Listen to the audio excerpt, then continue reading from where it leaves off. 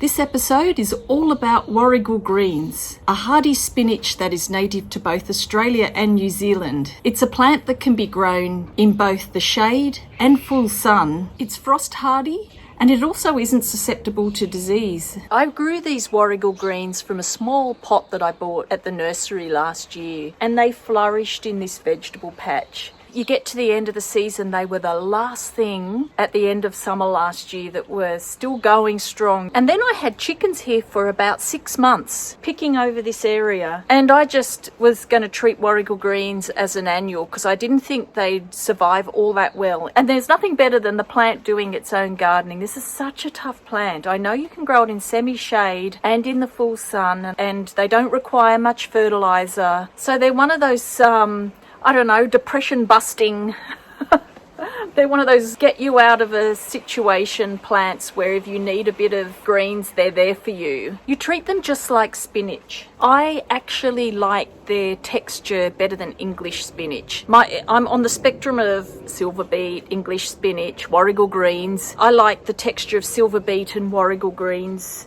They just sort of hold their form better when you've cooked them. The Warrigal Greens can also be propagated by seed, but I'm going to make a few cuttings and plant them in a shady spot that I haven't had a luck with other things. Because it's so hardy, I'm hoping it's going to be the thing that fills this particular area. To make a cutting of Warrigal Greens, cut down 10 centimetres to the node, take that leaf off, and this one obviously.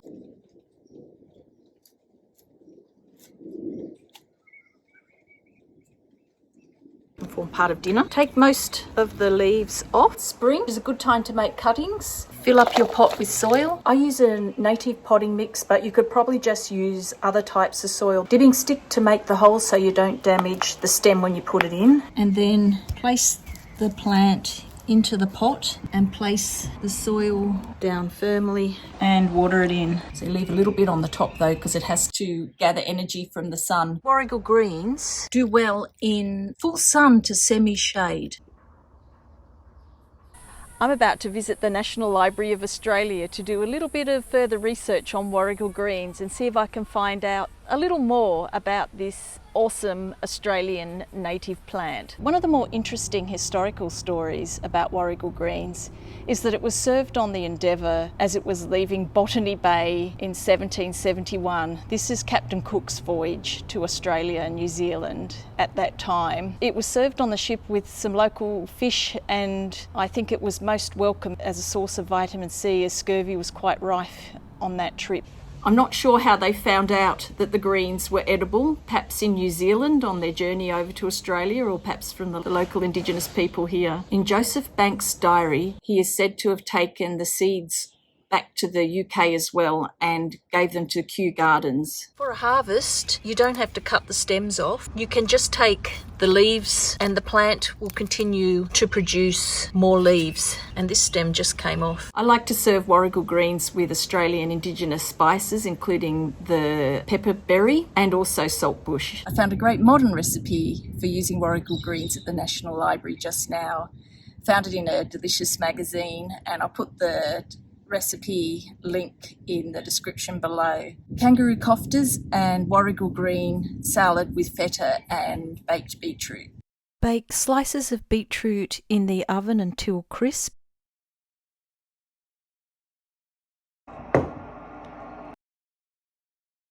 A handful of mint and parsley. Simmer the Warrigal greens for about a minute.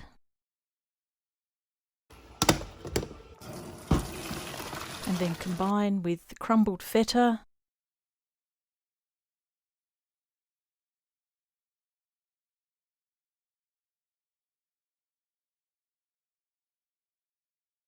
and now for the koftas. You'll need to finely grate 1 onion and drain the excess on a towel. Add 500 grams of kangaroo mince, a teaspoon of coriander and a teaspoon of cumin, 2 tablespoons of mint, and a teaspoon of ground pepperberry. A little bit of salt, and then you mix it and make them into the koftas about 3 centimetre in diameter and fry on a medium heat. and done. It's really tasty, worth a try.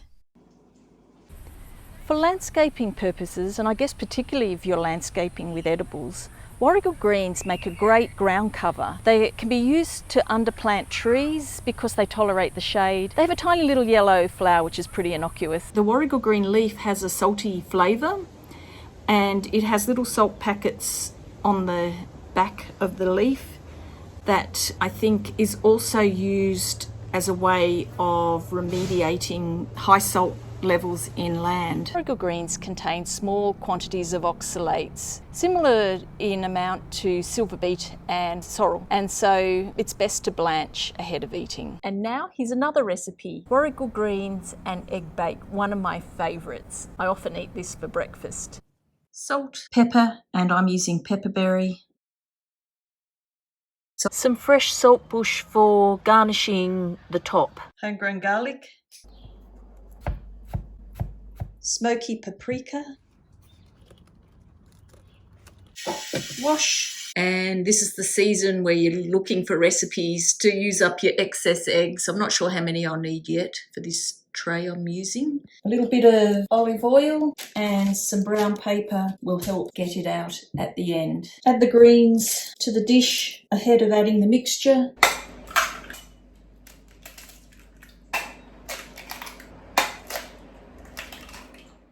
Ground nutmeg. 3 tablespoons of milk or water.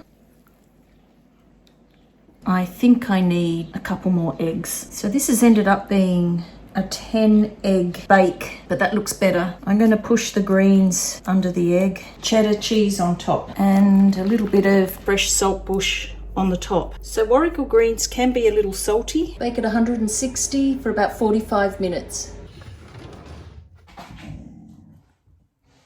And there it is, a very healthy dinner, most of it out of the garden, including the salad. Well, thank you for coming along with me on my journey to the National Library.